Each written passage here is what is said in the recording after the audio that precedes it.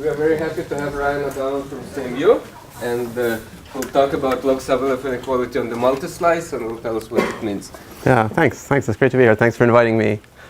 So I was thinking about how to give this talk, and there's like a lot of background, like in order to explain like what we actually did. And so I decided to basically just give the background, and like there'll be like one slide with 5 words on it at the end where we say like what theorem we proved. But yeah, I'm just going to explain a little bit about log-Sobolev inequalities. So if you already know about them, then I'm not offended if you just eat your lunch and like read your phone silently while I talk. I saw us getting his phone out. I love it. Great, yeah. So we're going to be interested in like random walks on graphs, let's say regular graphs. And I've got like some classics here, some kind of algebraic type of graphs. So this is my favorite graph, the Boolean Cube. The vertices are the binary strings. And you put an edge if the Hamming distance is 1. And then like another nice one is this thing called the Hamming slice, also known as the Johnson graph, I think. So here you just take a slice of the cube. You take only the Boolean strings of Hamming weight k for some fixed k. And then you can't take the normal edges because that would take you away from Hamming weight k. So like you put an edge between 2 strings if they differ by a transposition, like swapping a 0 and a 1. Okay. And then here's this word that appears in the title, the multislice. This is like a generalization of the slice, but like to like, let's say the ternary cube. So if you have like all the ternary strings with exactly k11s and k22s and k33s in them, where these k1, k2, k3 are fixed numbers that add up to n, then those are the vertices of the multislice. And again, like, you know, one step in the random walk, or like you put an edge if 2 such strings differ by a transposition. Okay, it doesn't have to be 3 symbols. You can have 4 symbols or 5 symbols. This is the 2 symbol case, of course. And actually, this is the n symbol case. If you have n symbols and n positions and 1 copy of each symbol, then that's like you have a transposition. Or sorry, that's like you have a permutation. And then you can again connect to permutations or strings if they differ by a swap, by a transposition. So this is the Cayley graph of Sn with the transposition generators. So yeah, this multislice, which eventually I'll talk about, is some interpolation between these 2 cases. And there's many other enjoyable, like, you know, graphs. So like I think you heard about the Grassmann graph on Tuesday, which is like the Q analog of this one, and there's Q analogs of this one, and there's association schemes that generalize all these things. But anyway, here are some like graphs that you might be interested in. Okay, so you know we actually did something about that multislice graph, but in order to explain about like log-Sobolev inequalities and small set expansion and stuff, I'm mostly going to just talk about the Boolean cube, which is like the most classical setting in which to explain all these things. Okay, so for now, just focus on the binary strings with the Hamming distance 1 edges. Okay, so what are log-Sobolev inequalities? They have something to do, I guess, with like the mixing time for the random walk in this graph. So let's think about this a little bit. And in particular, let me make the most basic definition, which is the conductance of a set or the expansion of a set of vertices. So we're always going to be thinking about like some set S of vertices, a subset of 0, 1 to the n. And I'll call it like the starting set. And we'll be doing this little probabilistic game. We'll choose like a random vertex from this starting set, S, uniformly. And then we'll take like one step. We'll do like a random edge from it and call the new endpoint V. And then we'll just ask, did we escape from the starting set S? Okay, and phi of S, the conductance of S, or the boundary size of S, or the expansion of S, it's the same thing, is the probability that you escape. Okay, so it's a number between 0 and 1. It's the probability you escape S. If you first pick a random point in S, do one step, yeah, and see if you escaped. Okay, so let's do some examples. Let's say S is the set of all strings that start with a 1. It's like half of the vertices. Okay, so if you pick a random string that starts with a 1, and then you flip a random coordinate, which is doing one step, then you only escape S if you flip the first coordinate. So the probability of you escaping is 1 over n. This is the conductance of this set is 1 over n. You should think of that as very low. It's a number between 0 and 1. This is little o of 1. It's a hard to escape from set. Here's another hard to escape from set. You take all the strings that have Hamming weight at least n over 2. And you pick a random string like that, and then you flip an edge, and you ask, did you escape? I mean, did you get to having Hamming weight less than n over 2? Well, that happens only if you like sort of first landed right on the boundary, and then you have like a half chance basically of losing a 1. So you do a little calculation, you see that the conductance is like proportional to 1 over root n. So this is also very small. It's like a kind of hard to escape set. Here's an easy to escape set. If U is all the strings with odd Hamming weights, you pick a random string with odd Hamming weight, you flip one coordinate, now you have even Hamming weight, so you escape with probability 1. So that's maximal. Okay, this is a very high conductance. Okay, hopefully it's clear. And now I also want to look at the sizes of all these sets. So these 3 examples here are all what we consider very large sets, large subsets of the Boolean cube. So I'll use this notation. The volume S of S is just a fraction of points in the Boolean cube that are in S, the probability that a random point is in S. And these ones happen to all have volume a half, which again you should think of as big. The volume is also between 0 and 1. So these are some big sets, and like, they can have like a tiny conductance, they can have a huge conductance, anything can happen. Now let's look at some starting sets S that have very small volume, like exponentially small volume. So I guess the smallest such set is just a set that contains like one string. Let's say the all one string. So you pick a random point in there, well, it's all ones, and then you flip a coordinate, and you definitely exit S. So the conductance of this little set is 1. Or if you take all the Hamming strings with Hamming weight, at least 3/4 n, I think I got this example right. This also has pretty high conductance, so like how do you escape from this? If you pick a random string with Hamming weight at least 3/4 n, then actually it's very likely you'll be like right on the boundary. Most such strings are on the boundary, and then you have like I think a 3/4 chance that you'll flip a 1 to a 0 and get outside the set. So if I did it correctly, this also has high conductance, like maybe 3/4. You probably didn't do it correctly. Didn't do it correctly? So not really all of them are on the, so a constant fraction of them. Constant fraction of them? Because the next one is... Oh, yeah, the next one is like a constant fraction, okay. But it's roughly. It's roughly. Yeah, this is a very rough, a rough approximation. Thank you. Yeah, it's a constant fraction. Okay, good. Or if you take all the strings where the first n over 2 coordinates are 1, you pick such a string, you flip a random coordinate, you'll have a half chance of flipping one of these 1s to a 0. Okay? So this has high conductance. So actually all these sets have quite high conductance. And that's a general phenomenon in the Boolean cube. And again, I think, did Dora give a talk about this like on Tuesday? Like maybe you've seen these things. We're going to be talking about exactly this phenomenon that it's a fact that like all small sets in the Boolean cube have high conductance, like constant conductance. Okay, so like no matter how you pack the points around, if there are not too many of them, you cannot pack them so tightly that they get hard to escape. You pick a random point inside, you have a constant chance of exiting in one step. So this is actually kind of asking about what you would call the isoparametric problem for the Boolean cube. Let's say you fix a volume, and then you look over all sets S of that fixed volume. How small can the edge boundary size be, or how small can this escape probability be? And actually, like literally the exact, like not even asymptotically, like literally the exact answer is known for every possible value of volume of S by like some combinatorics from 50 years ago. It's not too hard. But we're kind of not going to use that fact. And we're going to look at kind of like an analytic approach to this question rather than a combinatorial approach. And that's what, in some sense, these log-Sobolev inequalities are going to be about. And in particular, this will allow us to answer questions like this. This is like a similar looking question. Let's say, again, you look over all subsets S of a fixed volume or size, and then you ask, how small can this, I invented this notation, it's not standard, like conductance sub t be? And what does that mean? Basically, you do the similar thing, except you take t steps rather than one step. So you pick a random starting point in your set S, and now like take a bunch of steps from U and ask, did you escape from S? And for this question of like trying to find the S that minimizes this quantity, I actually don't really know how to analyze it properly except by this more analytic non-combinatorial approach. Is that a question? Is it after t steps or by t steps? Oh yeah, good question. Just at the end of the t step, so potentially you could come out and come back in. Yeah. Good question. Okay, and here's a related question if you're thinking about this t-step random walk case. It's actually the most classical kind of Markov chain Z question, like mixing time. Let's say you have this starting set S, you pick a random point U in it, you do a t-step random walk, call the final point V. Now V has a probability distribution, and you want to know how close is this probability distribution to being the uniform distribution? Yeah? How close is this question to analyzing the hypercube with t times as many dimensions? The hypercube with t times as many dimensions. Yeah, it's somehow different. This is not quite the right comparison, I guess.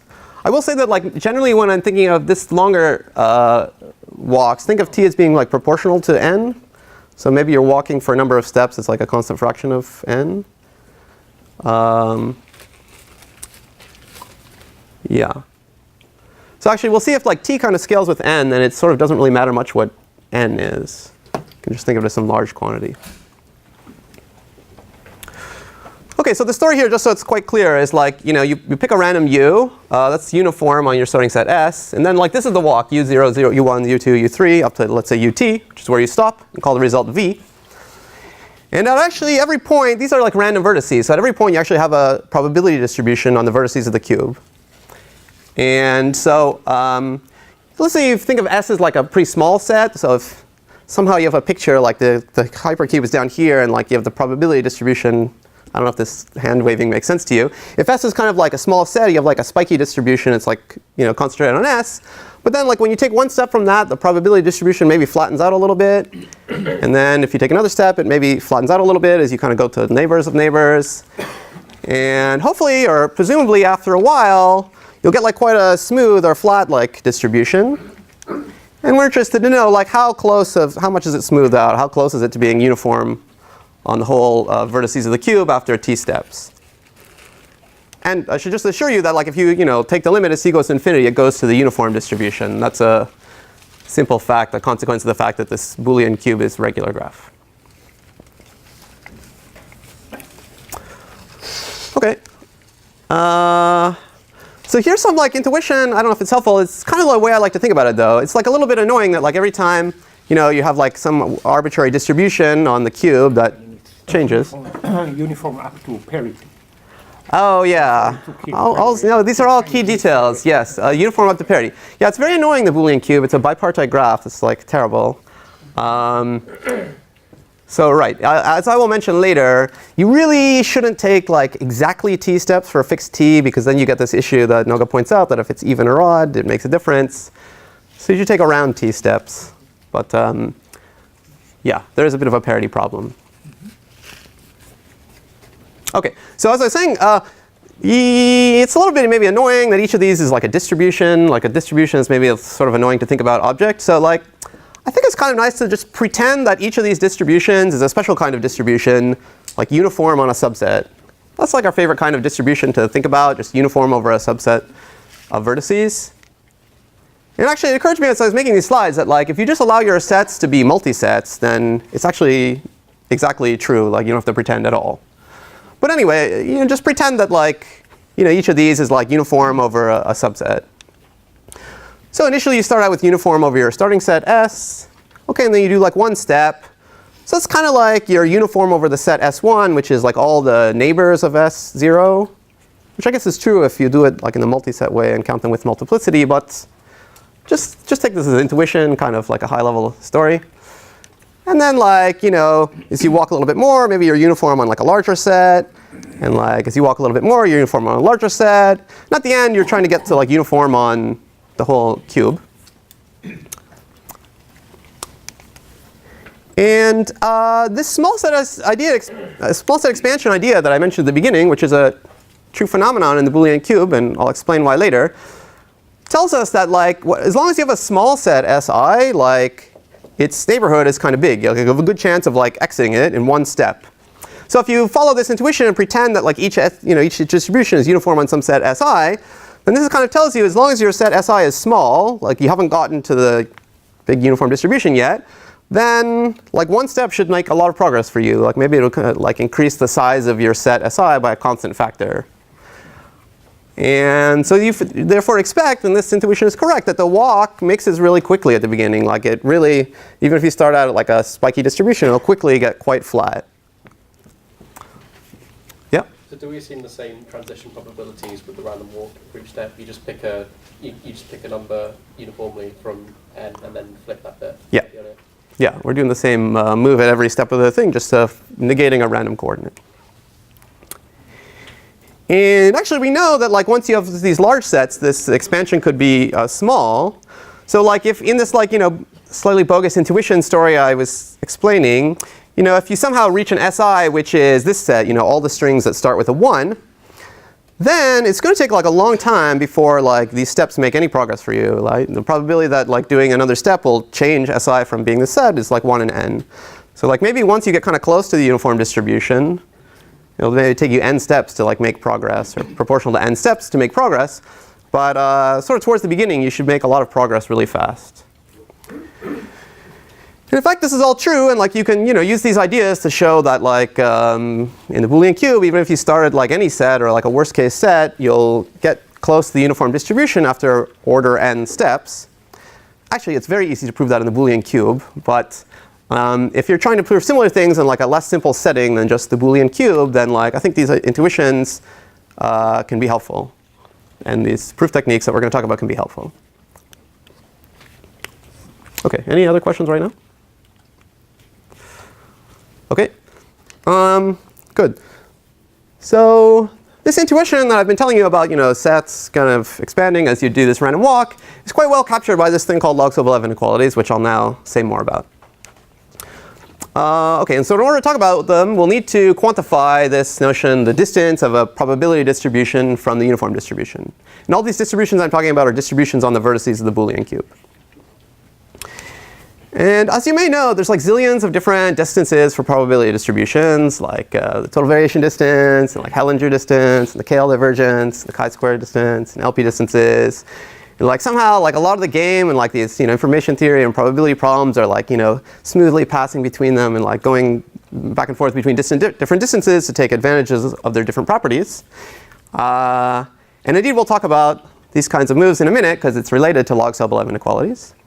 Can I ask you a question about intuition? I mean, yeah, sure.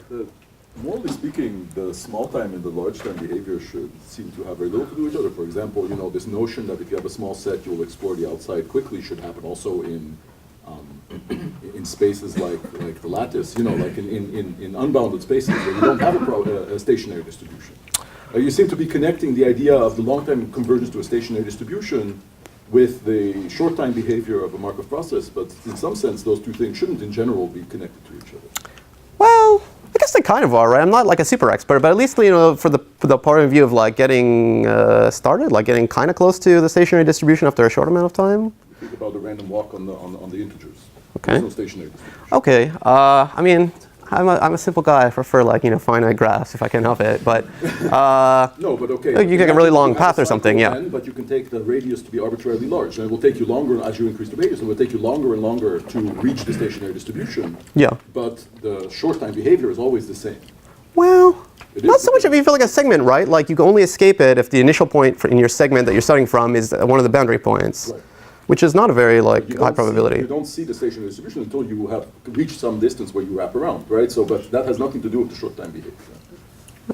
Still might be useful to think of this progress as a difference between two huge quantities. It's just to the stationary question. We have parametric inequalities also on spaces that are not compact to other. Yeah. It seems Let me talk to you afterwards, and we'll try to pin down exactly what you're getting at.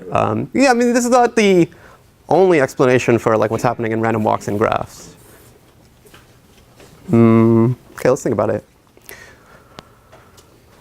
Okay, so we'll come to this in a second, but before we do, I want to tell you like an easier cousin of log-Sobolev inequalities, which will set things up. And this easier cousin is, well, it's called the Poincare inequality by some people, but it's also just probably a relationship that you may know well. It's just the relationship between like the second eigenvalue in a graph and like expansion properties in the graph. That if you have a graph with like a big second eigenvalue gap, it has good expansion. So in this context, it's called Poincare inequality. It's like a cousin of the log-Sobolev inequality. And it's not this, but this is a fact that's implied by the Poincare inequality. So I'll first tell you like a fact about sets implied by it, and then I'll tell you what the inequality itself actually is.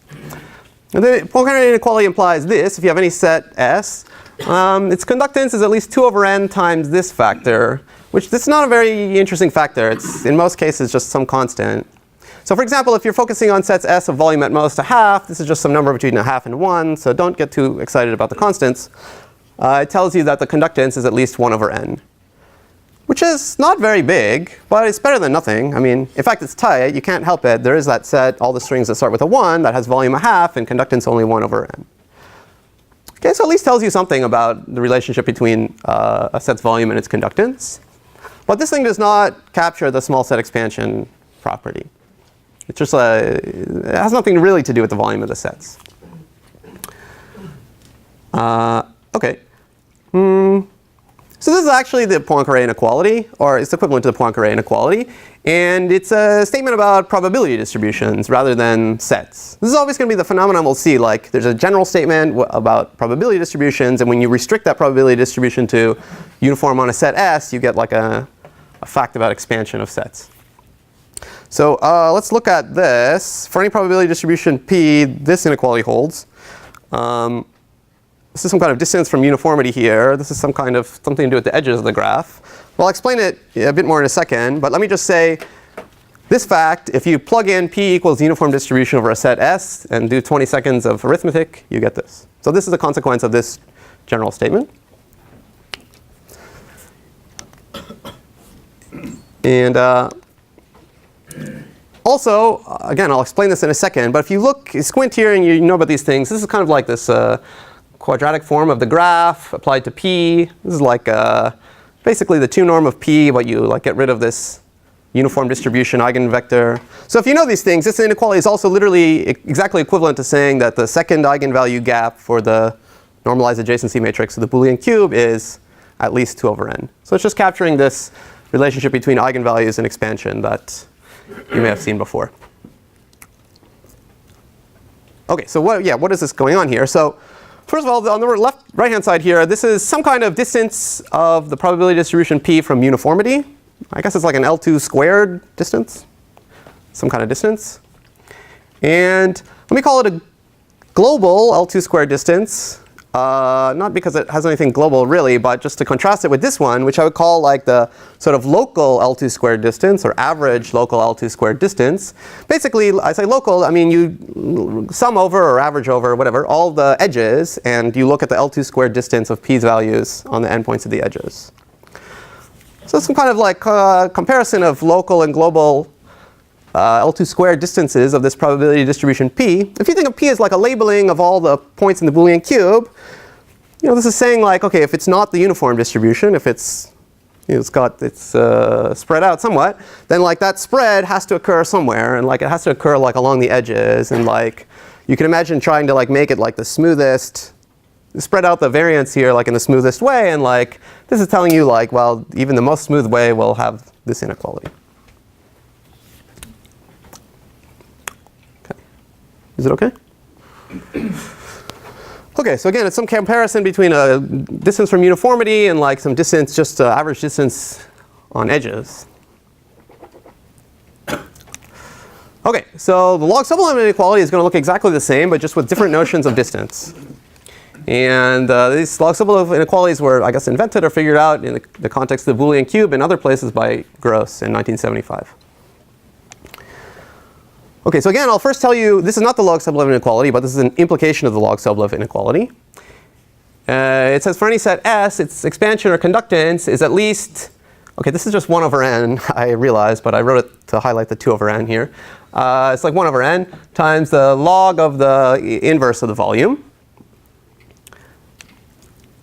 So again, like if you just say, okay, let me think about sets of volume a half or a constant, this is just a constant, and again, it's saying that the conductance is at least a constant over n.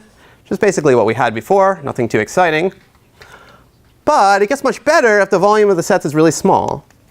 For example, if you were looking at, let's say, exponentially small sets, you know, some constant to the minus n size sets, then this becomes like a factor of n, and it cancels this, and you get that the conductance or edge expansion size is like a constant. And that's great. That's exactly the small set expansion phenomenon. It's saying like all these small sets, you have a constant chance of escaping them in one step. Cool, which is exactly this phenomenon I wanted to mention. And in fact, this inequality is like sharp up to like a very modest absolute constant 2 ln 2 or something for all values of volume S. In other words, like there's, you know, as I mentioned, there's an exact known optimal inequality relating the edge expansion size to the volume of a set by combinatorics. And this is basically it, up to like a very minor constant. So this is actually sharp for all values of volume, basically. Exactly capturing this trade-off between set size and escape probability size. Okay, so as I said, this is merely a consequence. This is the actual statement, or this is equivalent to the exact statement. Okay, let's look at it. It's again now about probability distributions. It says for every probability distribution p on the cube, well, this looks kind of similar, hopefully, to the Poincare inequality. We have this like 2 over n. This is called the log-Sobolev constant for the Boolean cube. And it's comparing on the right-hand side, this is the KL divergence of p from uniform. That's some global measure of how far p is from the uniform distribution. And over here we have this like kind of average or local distance. And maybe it looks a little gross with these square roots, but actually, if you know this stuff, this is like the average local Hellinger squared distance. Hellinger squared, or Hellinger is this other kind of distance. It's actually a really great distance. If you don't know about it, you should learn to love it. The Hellinger squared is so great. So yeah, it's like similarly comparing like, a global distance from uniformity. It's saying if p is kind of far from uniform in like the KL divergence sense, then that farness from uniform has to be spread out somewhere along the edges. And even if you do it in the smoothest way, sort of the average Hellinger squared along an edge has to be kind of large. Okay. Any question? Okay, so as before, if you just plug in p to be the uniform distribution over a set of vertices S and do 30 seconds of arithmetic, you get this corollary. Okay. Now why would you come to this inequality, or where did Gross get this from, or like what's going on? I mean, why would you, it's similar to the Poincare inequality, but like these are two like weird notions. Why do you have them here? Well, let me just say it's good. I mean, had this great small set expansion implication, but what else is great about this inequality is that it tensorizes. In other words, it behaves like really beautifully and exactly as you want it to behave under taking like product graphs. And maybe it's kind of intuitive. I mean, if you studied like KL divergence before, it's pretty great. Like when you have like a bunch of random variables, like there's a chain rule, and so it's good about comparing the global random vector to the random components. And actually, like the most beautiful aspect of the Hellinger distance is that it exactly tensorizes. Like if you have 2 random variables that have some Hellinger distance and you make n independent copies of them, then the Hellinger distance of the random vectors is basically n times the Hellinger distance of the pair. It's like a 1 minus epsilon to the n thing. Anyway, like these things like both are so great about like tensorizing or like extending to product distributions. And that's what makes, I guess, log-Sobolev inequalities like enjoyable, even though they look kind of gross on both sides. Yeah, they're really helpful because of this. What's that? Is that a pun? Oh, gross on both sides. Yeah, that was a pun. I love it. Yeah. Yeah, I'm going to save that for the next time I give this talk. Thank you. Right. So particularly like the Hamming cube, right? If you think about it as a Markov chain or as a graph, it's the n-fold product of like the most simple possible graph, like a one-edge graph, or like the Markov chain with 2 states where you just go back and forth. Like the n-fold copy of that is the Hamming cube. Which means that like if you want to prove this log-Sobolev inequality, or like get this log-Sobolev constant for the Hamming cube, which you want to do because, as I mentioned, if you just plug in indicators of sets, then you get this small set expansion fact about the cube. Then like you literally just have to do it for the individual components. It's just a fact that this tensorization property implies that the log-Sobolev constant, this thing for the n-fold product graph, is 1 over n times the log-Sobolev constant for like the single edge graph. And then you feel like you're home free, right, if you wanted to prove this, because you just have to prove that the log-Sobolev constant for like the single edge graph is 2. Okay, so like for all probability distributions on 2 points, it's really just like quantifying over all real numbers between 0 and 1. You have to prove some inequality, analytic inequality about them. It should be elementary, right? So you can do it. It's 2. And then it tensorizes, and you like automatically get 2 over n for the Boolean cube.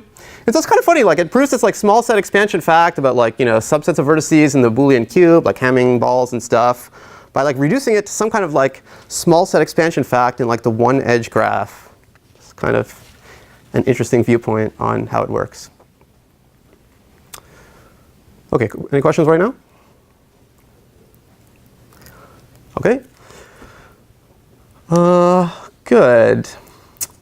So now I should mention, there's another inequality called hypercontractive inequality, which is in some sense implied by the log-Sobolev inequality, and in an additional sense it's equivalent to it. I guess the symbol is a little bit funny because it means that like if you have this, then without too much effort you can derive this, and vice versa. So there is a not too much effort statement in there. But anyway, like roughly these are equivalent, and log-Sobolev implies this inequality. So now I'm going to tell you about this inequality too. Okay, so I'm going to tell you about this yet another inequality. It's going to be related to small set expansion. That's implied by the log-Sobolev inequality. So once you prove the log-Sobolev inequality, like this one is not hard to derive. And I'm going to do the story in the reverse order. Like instead of presenting the corollary about sets, first I'll tell you the full inequality about probability distributions, and then I'll give you the corollary for sets. Okay, so it's a little bit more elaborate. Let's say you have a probability distribution P on the vertices of the Boolean cube, and think of that as like a starting probability distribution for a random walk, the distribution of the starting point.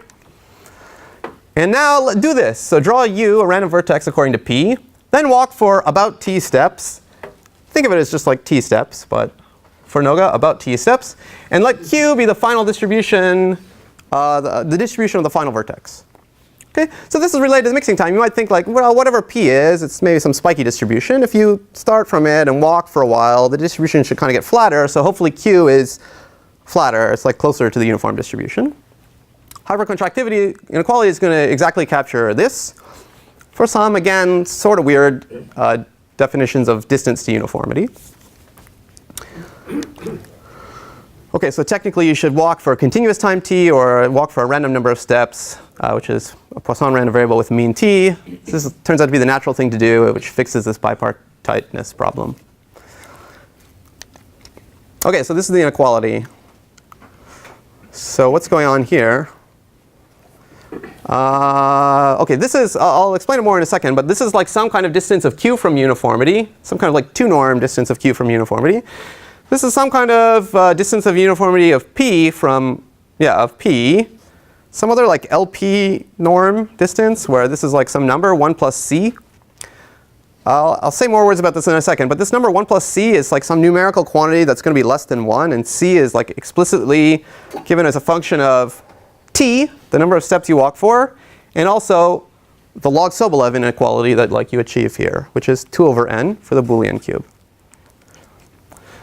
So just so there's like fewer symbols, like imagine that t is 0.1 n. Okay, so you're going to be thinking about doing random walks of about n over 10 steps.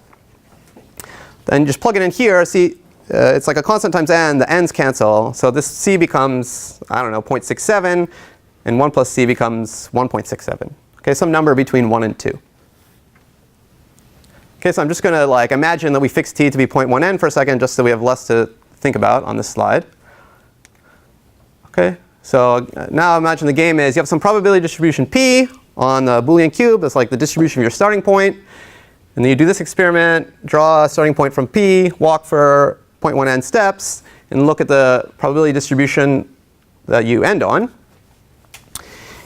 And the inequality is comparing their distances from uniformity. Okay, so this is some kind of L2 distance from uniformity. And this is the uniform distribution. This is q. You got the square root at the end. And it's like the average version. Instead of summing over u, I'm averaging over u. And this is like the average L 1.67 distance to uniformity. So some LP norm between 1 and 2.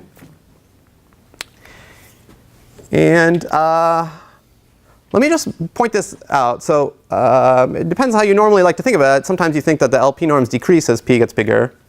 But in this average version, like this average L2 distance of any distribution is always bigger than the average L1 plus c distance. So this is like a laxer notion of distance to uniformity, and this is like a stricter notion of distance to uniformity. Okay, so what's going on here is like it's comparing how far you are from uniform at the beginning versus how far you are from uniform at the end, and it's saying not only are they comparable, but like even this like stronger, like more restrictive like definition, well, anyway, this like stronger distance to uniformity is small compared to this more liberal one. You can think, I mean, as this becomes 1, this is like the total variation distance, so that's kind of familiar. This is like the L2 distance. Yeah, so not only do you get like closer to the uniform distribution as you start walking, but you even get closer to the uniform in like a stricter measure of closeness. I'm sorry, how many steps do you take? For this particular numerical constant, I imagine we're taking 0.1 times n steps. In general, if you're taking some, alpha times n steps, you'll get like a different numerical constant here depending on alpha, which is between 1 and 2. And it's the formulas are tight, in fact. But just to point out, the way you formulate it here, the right-hand side doesn't go to 0 as t goes to infinity. It's not saying that you converge to equilibrium.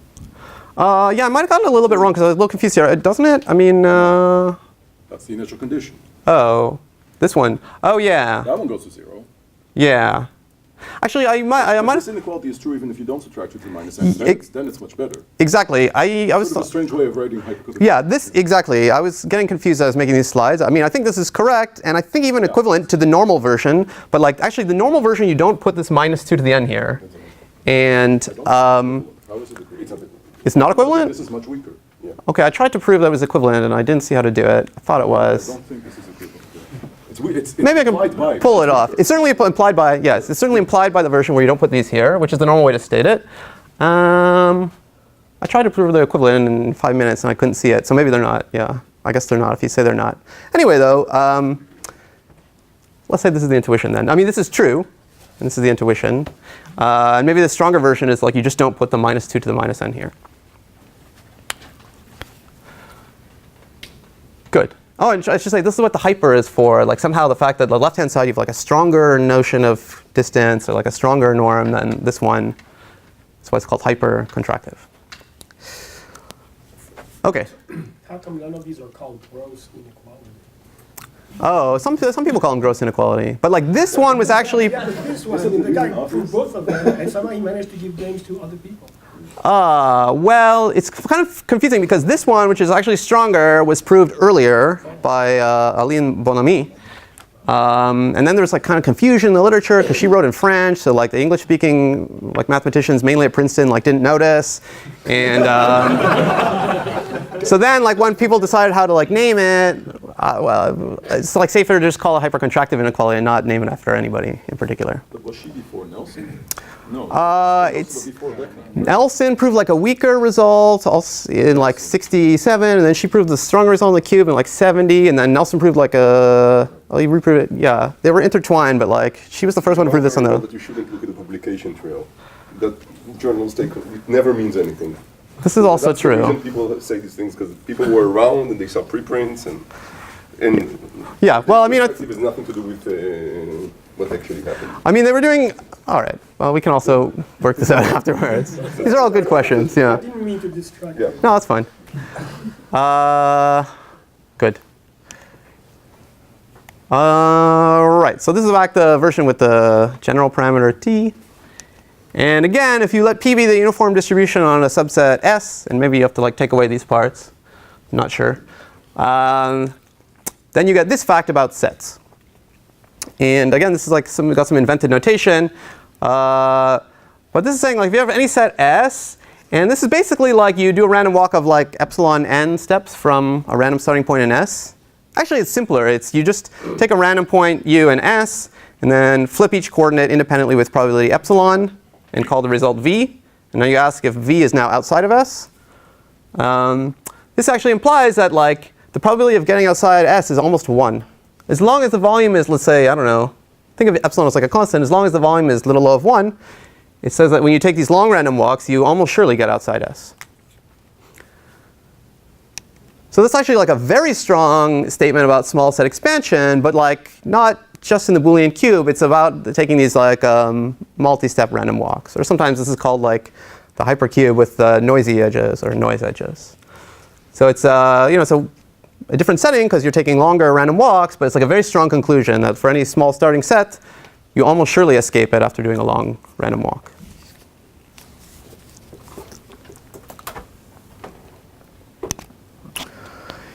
And this one actually has like zillions of applications. Like this is like the one fact about the Boolean cube that's like a powerful fact that you can use to prove many awesome things. like the KKL theorem, if you've heard of it, or the Frege-Gunther theorem, or some stuff to do with classical Catona and learning, sharp threshold phenomena, like optimal unique games hardness results for lots of problems. Like so many things derive from like this one cool small set expansion fact in the noisy hypercube. And actually, probably as you've seen, if you were at some recent talks, like it's a similar phenomenon for this Grassmann graph. It has some more sophisticated small set expansion thing going on in it.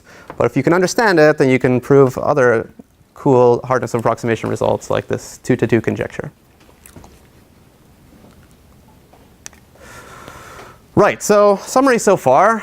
I've not too much time left, but that's fine because I didn't plan to say anything after. I still got a few minutes. So log-Sobolev inequalities are cool, and they imply small set expansion for like a one-step walks. And they also imply hypercontractive inequalities, which in turn imply small set expansion for like long walks. And these have many other applications in computer science, this small set expansion fact. And in particular, they're easy to prove, these log-Sobolev inequalities, if your graph or Markov chain is a product graph. So let me go back to slide 2, where I showed some interesting graphs or Markov chains.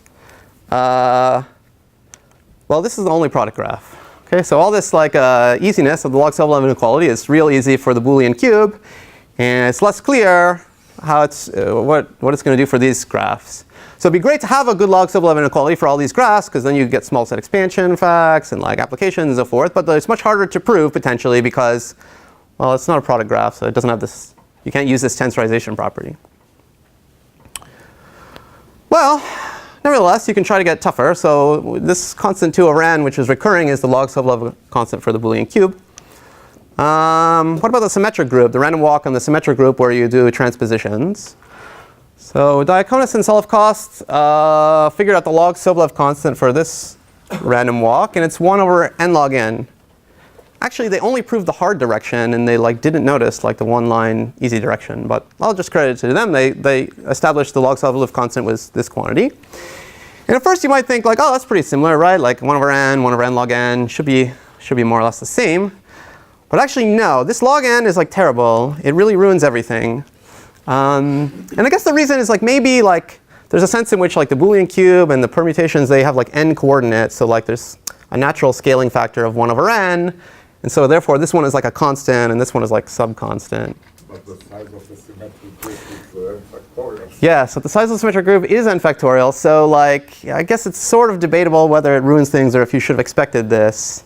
Yes, a lot of sharp people on this front. Wow, all the rows, yeah. Yeah, this is actually a slightly debatable statement, but let's say for the purpose of this story, let's say it's true.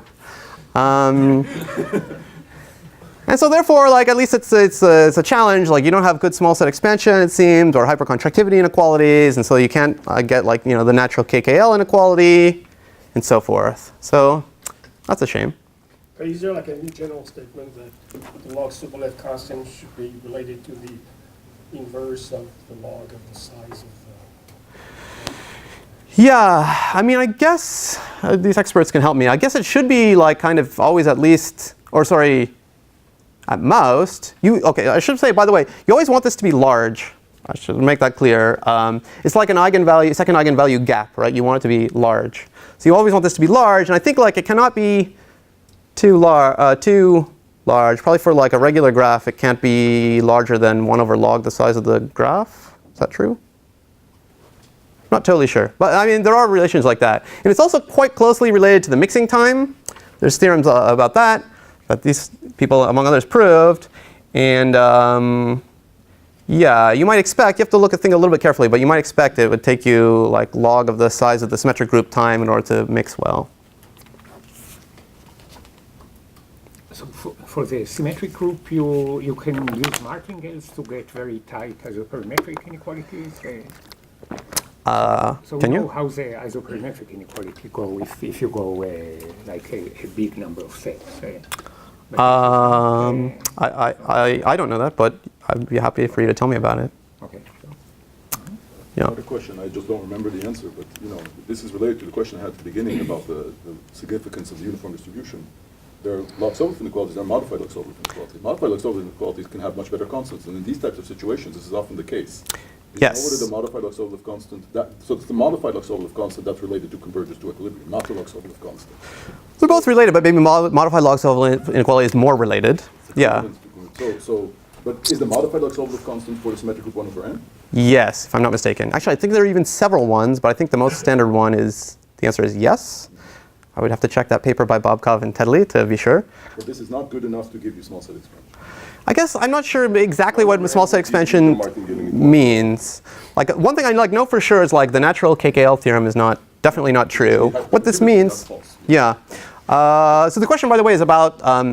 You can imagine once you see the log-Sobolev inequality, right? Like you might ask questions like, well, why did I put KL on the left? Why did I put like Hellinger on the right? Why did I put Hellinger on the left? Or like, could I slightly change this and get like another inequality that's possibly true and helpful? And that's been studied a lot. And there's like this notion of modified log-Sobolev inequality, which is more closely connected to mixing time, and actually it's better, I'm pretty sure, for the symmetric group. It's like 1 over n. So indeed, there are lots of variants. And like, yeah, why you choose to study this one? Well, I choose to study because I like know that it like automatically implies these hypercontractivity inequalities, which implies some other good things. But you can work harder and try to study other things as well. Okay, so that's that. What about the Hamming slice? This is all the Boolean strings of Hamming weight k, and your step is transpositions. Let me rewrite it like this. Just let k0 and k1 be two numbers that add up to n. Fixed numbers, so it's the strings with k0 zeros and k1 ones. So the log-Sobolev inequality for this random walk was studied by Li and Yao in '98, and they proved this. They proved that it's like 1 over n, provided that these two quantities, k0 n over n and k1 over n, are both a constant. So as long as you're looking at like kind of middle slices, where the Hamming weight is between 0.1 n and 0.9 n, then the log-Sobolev constant is again big. It's like 1 over n. And that's great, because then all this slice graph enjoys all the same small set expansion and so forth properties as the Boolean cube. You might ask how they did that. I mean, given that it's not like a product graph, and I'll say like literally 3 words about it in a few slides, but it's harder. You cannot, so at least when it's half-half, you cannot get it just from the bound for the cube. No, I'm not aware how to get it. Because every 2 steps in the cube correspond to one step. Somehow, if I mix well in the cubes, then I mix well in the middle layer also. I am not aware how to get it for just the middle slice. I'm not saying it's impossible, but I have never seen it. Okay. And that's something that's going to come up because, yeah, I mean, you might be like, you know what, like my favorite case is like n over 2, n over 2. Like, why do you care about the general case? Like the middle slice, that's cool, right? You see, the proof is like inductive in n, and the fact that you're doing induction kind of forces you to analyze the non-balanced cases. So like even if you feel you only care about the balanced case, you have to analyze all the cases. So it's at least induction in k n then. It's not a, what's that? It's induction in k n then. They don't. Yeah. Yeah, you have to inductively handle all the cases for like n minus 1 and n minus 2. At least in the one proof I know in this paper. Okay, good. Yeah, so finally the title of this talk, like this is what we did. So the multislice, just to remind you, is something like interpolation between the Hamming slice and the symmetric group. Like if you have ternary strings of fixed like Hamming weight, like k11, k22s, k33s, so transpositions.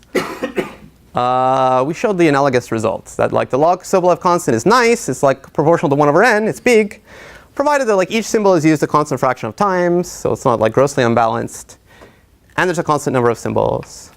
Actually, we put a formula. It doesn't have to be a constant number of symbols. We like work some things out, and like you can recover this and this from what we do. But this is just the simple way to state it. Okay, so I have 2 slides left, maybe 3 slides.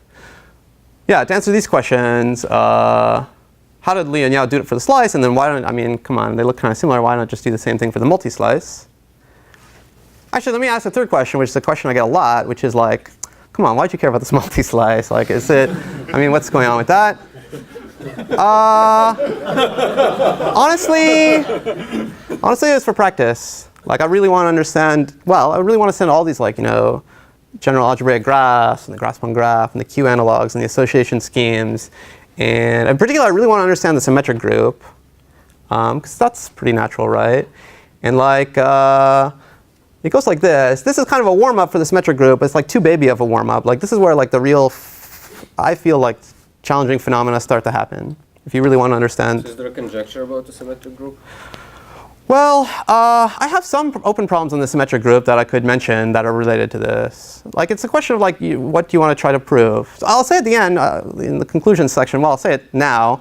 I mean, if you like, let's say, try to prove a log-Sobolev inequality, and like you find the best one, but it's no good, or like it kind of stinks, or like, then well, you should stop. You just try to discover what's true, right? So like in this Grassmann graph, it's not a small set expander, but they work hard and show like exactly classify like which are the small sets that fail to expand, and then they get some like awesome consequences of this. So I mean, just how to analyze all these things and work on them and prove things about them is what I care about, and so this is like a good test bed for like working on these kinds of problems.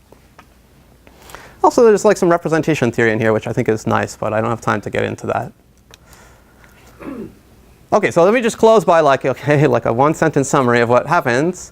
So as I mentioned, okay, how do Li and Yao do it, given that it's not a product graph? Well, okay, they have KL divergence on the right-hand side. They use the chain rule for KL divergence, and they use this trick that like lots of people probably like Mark loves. You like average over like conditioning on a randomly chosen coordinate. And also it's an induction on n and the k's. So as I said, even if you only care about one particular slice, because it's an induction, you have to understand the behavior for all Hamming weights. Okay, that's all I'll say. And then why can't you just do the same thing for the multislice? Well, it's hard to say. I mean, it involves like getting into the technical details, but like this is the two-sentence obstacle that I could say. Basically, in the slice, there's only one kind of step. I mean, you switch a 0 and a 1. And it's also similar in the symmetric group, where you think of your permutations as a list of n distinct symbols. There's basically only one kind of swap, like you swap two different symbols. But even in the ternary multislice, when there's three symbols, 1, 2, and 3, there are like multiple kinds of steps. I mean, you can swap a 1 and a 2, or a 1 and a 3, and a 2 and a 3. And long story short, like it makes the induction kind of complicated. So like, you can try to follow this paper, and it looks like it's getting complicated, and like it doesn't look like it's going to work. And like, one of the co-authors looks at it and is like, I tried for a while and I couldn't do anything. And like, I also couldn't do anything. But then one of the co-authors just like works on it, and she figures out how to do the induction. So that's how you crack the case. You just kind of work. You just like work harder on it.